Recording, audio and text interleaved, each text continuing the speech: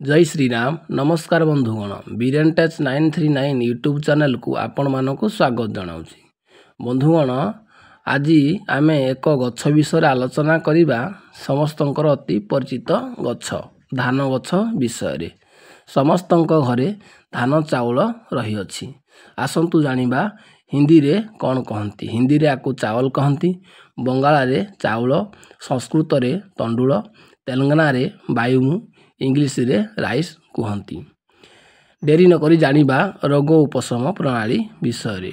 रक्त झाड़ा 100 ग्राम अरुआ चाउल रे 4 गुणा पानी रे 2 रु 3 घंटा बतुराई रखिबो। तापरे सही चाउल को पानी रे भल भाबरे मंथन करिवे। खाली पानी तक धला रंगर छाणी देबे। एहाकू चाउल धुआ पानी कहती। एही पानी रे किछि मिश्री गुंड मिसाई पान कले रक्त झाड़ा 4 रु 5 दिन मध्यरे उपशम होइथाए।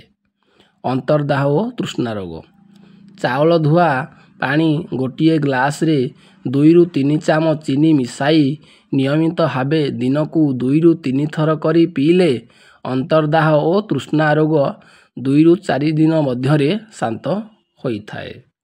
ज्वर दाह निवारण निमंते दरसिजा चाउलर पेजकू फुटियाणी कहती।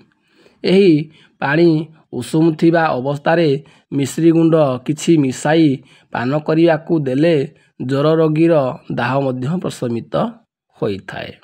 मूत्रकोश रोग 1 ग्लास फुटियाणी पानी रे 2 रु 3 चामच चीनी मिसाई नियमित भावे पान कले परिस्रा जला और परिस्रा हेबा रोग अल्प दिन रे भल होइथाए। अरुचि भात गालिला परे जेउ पेज बाहारे सेथिरे किछि लेंबु रस और अल्प लुण देई उक्त पेजकू जीरा हिंगु देई घिओरे पघारी पारिबे।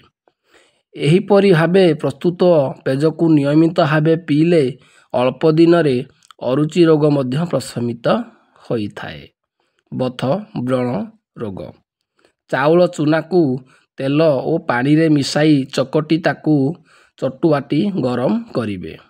व्रण बा बथ हेबार प्रथम अवस्था रे लेपन कले व्रण और बथ बसी जाइथाए एवं फाटी जाई पूजनी गाड़ी भल मध्य होइथाए।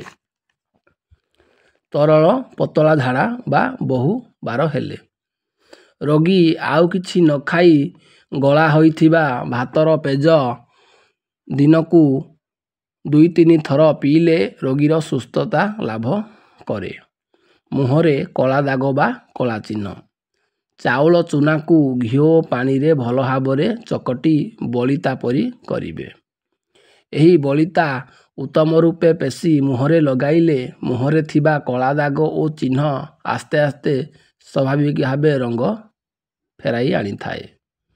सूतिका रोग सज पाली थिबा पेजरे किछि लुण मिसाई ताकू जीरा हिंगु देई घिओरे पघारी देबे। प्रसव हेबार 2-3 दिन पर्यंत प्रस्तुत स्त्री को पियाइले कौनसी प्रकार सूतिका रोग बा देह विकार हुए नहीं। आशा करुछि भिडियोटी आपण मानकू बहुत भल लागिथिबो।